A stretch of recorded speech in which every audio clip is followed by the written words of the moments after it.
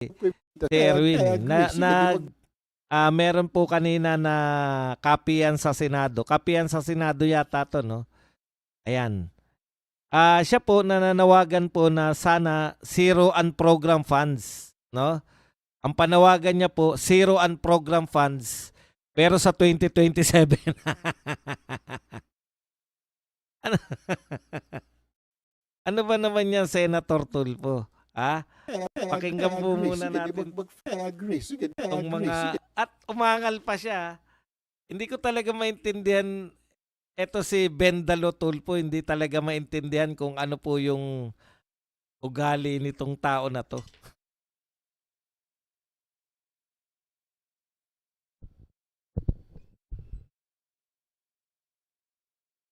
Okay, konti lang po. Tinggal lang natin ng konting-konti lang.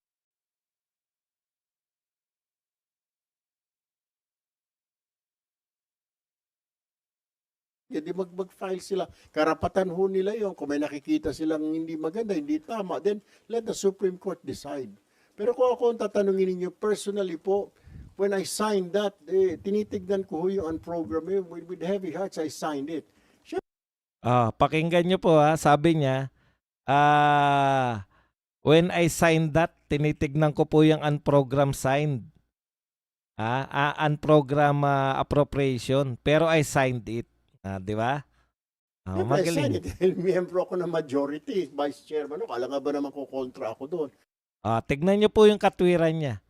Dahil member ako ng may majority at vice chairman ako, alangan namang kumontra ako. Di po ba? Ano yan yan po para sa akin, no. Kung ayaw mo ng pinapipirma sa'yo, dapat hindi ka pumirma.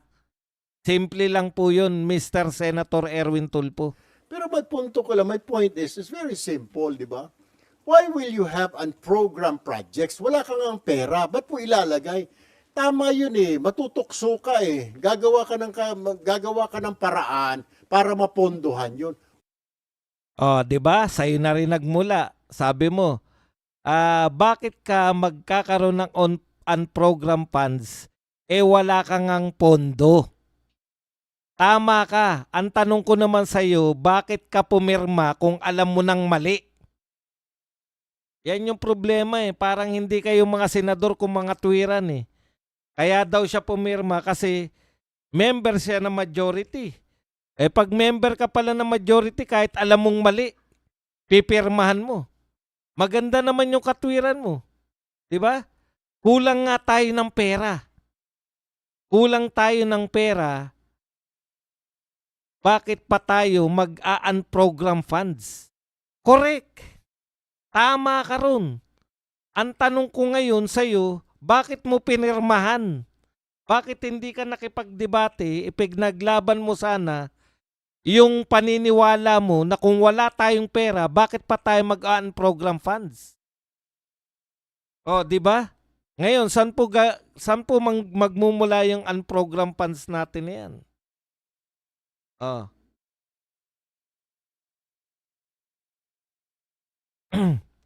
Kaya nga po lumapit, mamaya natin itutuloy uli. Maganda po muna to. Kaya po meron issue ngayon na lumapit po itong si Laila de Lima at saka itong si Erice. Mga dilawan po yan, baka magtaka na naman kayo. Masanay na po kayo. Pag maganda po yung ginagawa, okay naman tayo. Hindi naman natin pinupuri. Actually, pupunahin ko yan Pero dito muna tayo. So pumunta na po sa Supreme Court at naghain po, kinwestiyon po ng kampo ni Erice at saka nito ni Laila de Lima yung pagkakaroon po ng unprogram funds dito po sa 2026 GAA.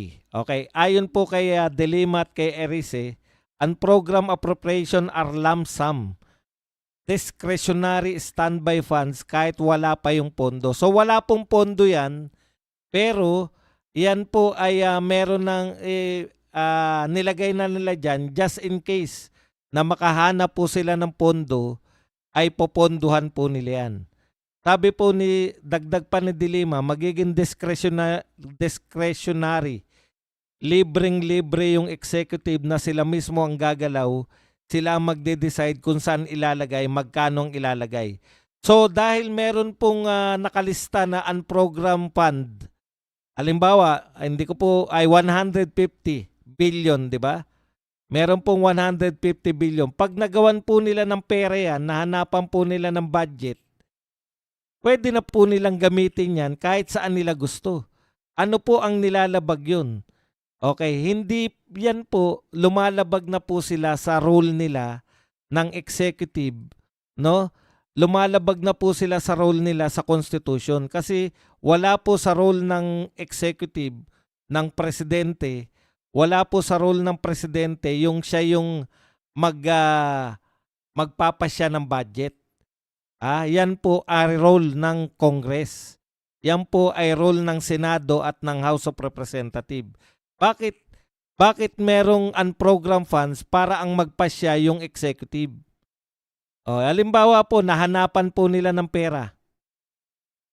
Pwede po ba nilang hanapan ng pera? Kapos nga po tayo. Sa tingin po ba ninyo hindi kayang hanapan ng pera yan? Sabi nga natin, kung gusto may paraan. Saan po magmumula yung pera niyan? Tuloy muna natin. Ang dami ng question. Sabi nito ni Dilima, kaya nga meron tayong separation ng powers. Ang Kongreso dapat nagbubusisi sa lahat ng mga ito. Hindi hayaan lang ang ehekutibo na sila na talaga magde-decide lahat niyan kapag lump sum yan, si Sid. Ayun. So, ito po ay lump sum na pera na ibinibigay na po ng Kongreso yung kapangyarihan na mag-decide kung saan gagastusin. Hindi po ganyan yung naayon sa ating batas. Kaya sabi nila, ang constitutional yung pagkakaroon ng unprogrammed funds. At bago po magsimula tong 2025, bago po magsimula tong 2026 budget o paggawa ng budget ng 2026, no? Isa po yan sa mga sinasabi, pinagmamalaki ng mga senador na hindi nila papayagan. Hindi sila papayag na magkaroon ng unprogrammed funds dahil yan po, ayon sa mga senador, yan po ay pinagmumulan ng corruption o question. Ngayon, bakit po may unprogrammed funds na? Kala ba namin pinagmumulan yan ng corruption? Okay.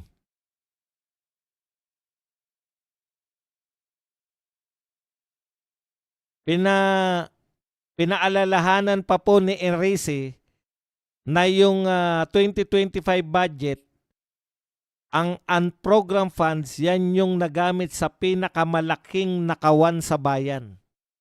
So, ibig sabihin, ito pong 2026 budget ay hindi pa rin po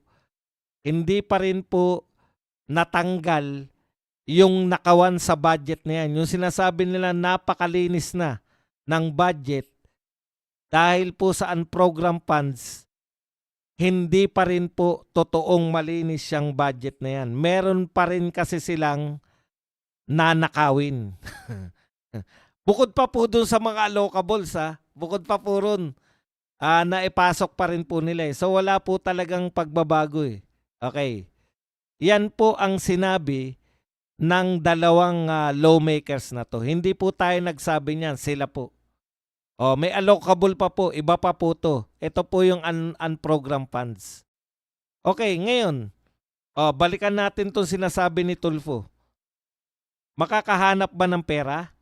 Tulfo, halimbawa, dahil may unprogrammed funds, pwede bang mahanapan niya ng pera? Ngayon matutokso ka Gagawa matutokso ka.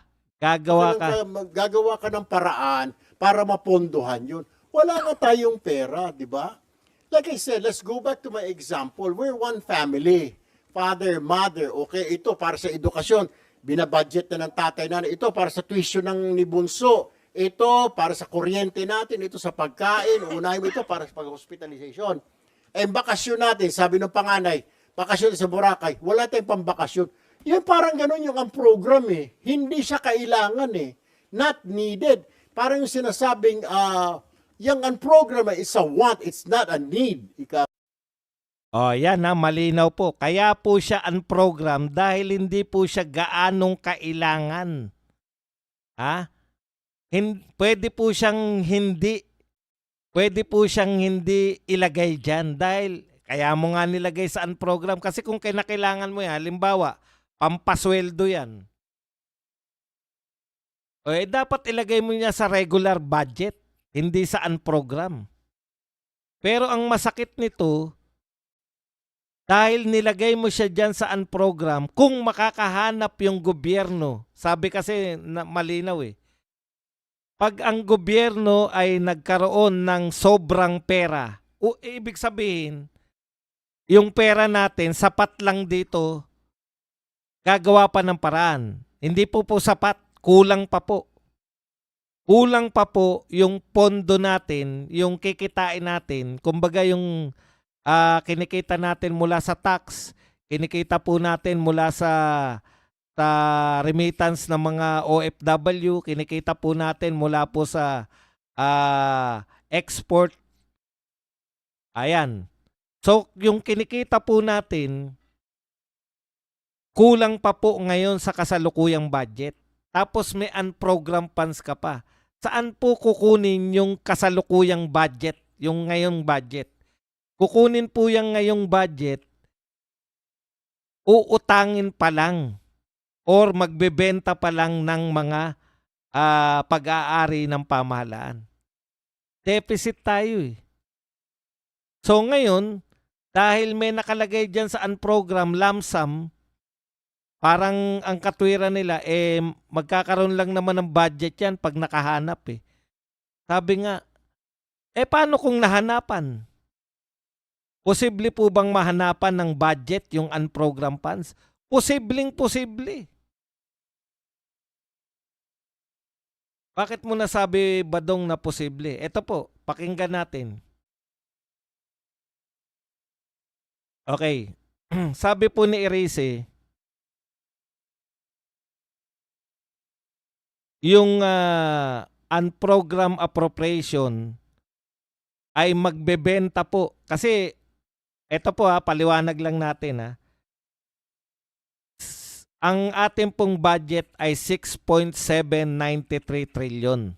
Yan po yung regular. Regular po.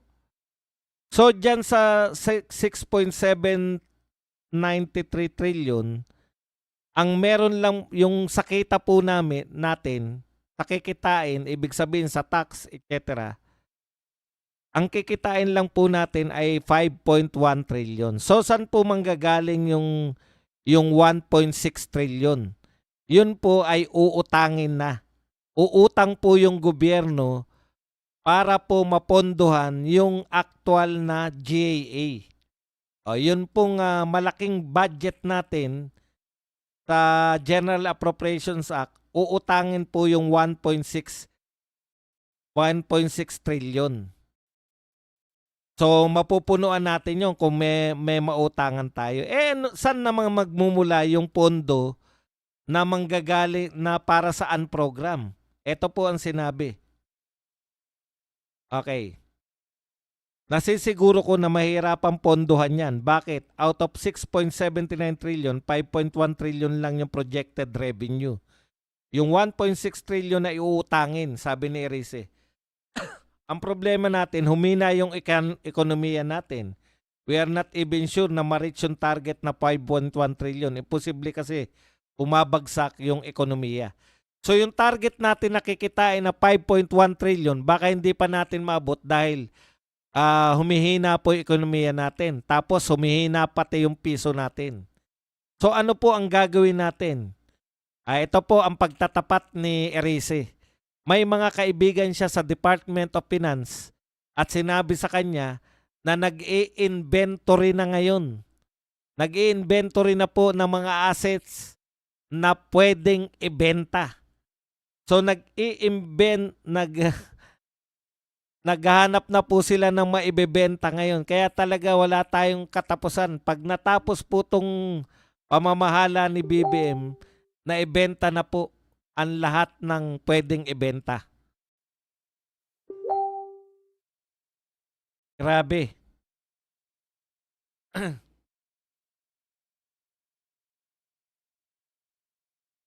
Wala na matitira.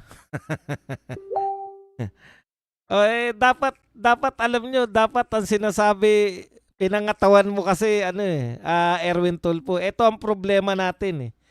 Yung mga senador natin alam na mali. Alam na may mali. It's a want, it's not a need. Alam na nilang mali na merong unprogrammed funds pero pumirma pa rin po sila with a heavy heart. Hindi po pangit pong pakinggan na nagsisimula pa lang yung taon, ipangungutang na natin yung budget natin, tapos meron pa po tayong mga katulad nitong unprogrammed funds. Nawawala ka, Boss Buds. Meron pa po nitong katulad ng unprogrammed funds na hindi naman po kinakailangan pero hahanapan po nila ng paraan para magkaroon ng pondo dahil kontrolado po nila. Napakasaklap.